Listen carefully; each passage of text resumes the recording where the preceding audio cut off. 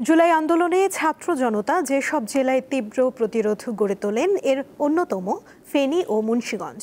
Police ও সরকারের অনুগত লোকজনের সঙ্গে তাদের সংঘর্ষে ঘটে রক্তপাত ও প্রাণহানি। কিন্তু এক বছরেও সব অপরাধীকে গ্রেফতার করা হয়নি বলে জানান আহত ও নিহতদের স্বজনরা। এক বছর পেরিয়ে গেছে। 2024 সালের 4 আগস্ট মুন্সিগঞ্জ শহরের সুপারমার্কেট এলাকায় ছাত্রলীগ, পুলিশ ও ছাত্র জনতার ত্রিমুখী সংঘর্ষ হয়। এতে 3 জন দিনমজুর প্রাণ হারান। তারা হলেন রিয়াজুল ইসলাম, নূর মোহাম্মদ দীপজল ও সজল ফরাজি। গুলিবিদ্ধ সহ আহত হন অন্তত 50 জন।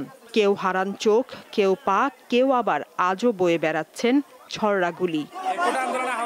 রিয়াজুল ছিলেন পরিবারের একমাত্র উপার্জনক্ষম ব্যক্তি। তাকে হারিয়ে তার স্ত্রী ও 3 মেয়ের দিন কাটছে অনিশ্চয়তায়।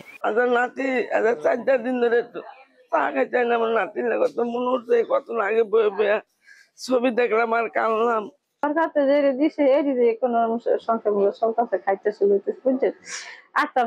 কাজ করে না, কেউ নেই, কেউ লোক নেই, কে কাজ করে খাবে। কিন্তু ভাইয়ার স্বপ্ন রয়ে গেল, ভাইয়া চলে গেল। 4 তারিখ রাত্রে যখন আমরা বাসায় আসি তখন আমাদের হুমকি থামকি আসতে থাকে।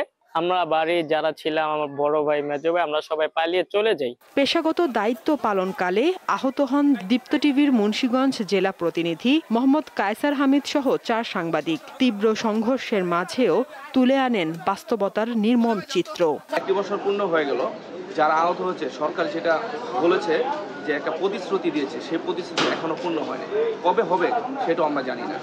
2024 সালের 4 আগস্ট কেন্দ্রীয় কর্মসূচির অংশ হিসেবে ফেনীর মহিপালে অনুষ্ঠিত হয় বৈষম্য বিরোধী ছাত্র আন্দোলনের অবস্থান কর্মসূচি। এতে ছাত্র জনতা ব্যাপকভাবে সাড়া দেয়। সেদিন গুলিতে নিহত হন সারোয়ার জাহান মাসুদ, ওয়াকিল আহমেদ শিহাব সহ 7 জন। ফ্যাসিস্ট সরকার ও ক্ষমতার লোভে আজকে আমাদের সন্তানগুলোকে নিরীহভাবে পাখির মতো হত্যা করছে। তারা বিভিন্ন সময় বিভিন্ন পোস্টের মাধ্যমে আমাদেরকে হুমকি দিয়ে যাচ্ছে। দুঃখজনক, আজকে 1 বছর হয়ে গেল কোনো শহীদের বিচারটা হইতেছে না। এটা কেন? ফেনীতে জুলাই আন্দোলন ও 4 আগস্ট হত্যাকাণ্ডের ঘটনায় মামলা হয়েছে 22টি।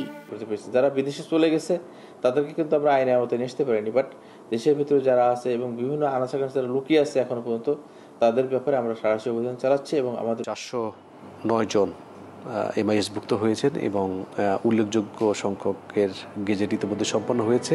জুলাই আন্দোলনের চেতনা ধারণ করে নতুন বাংলাদেশকে এগিয়ে নেয়ার তাগিদ আহত ও শহীদ পরিবারের সদস্যদের। দীপ্ত বার্তা কক্ষ।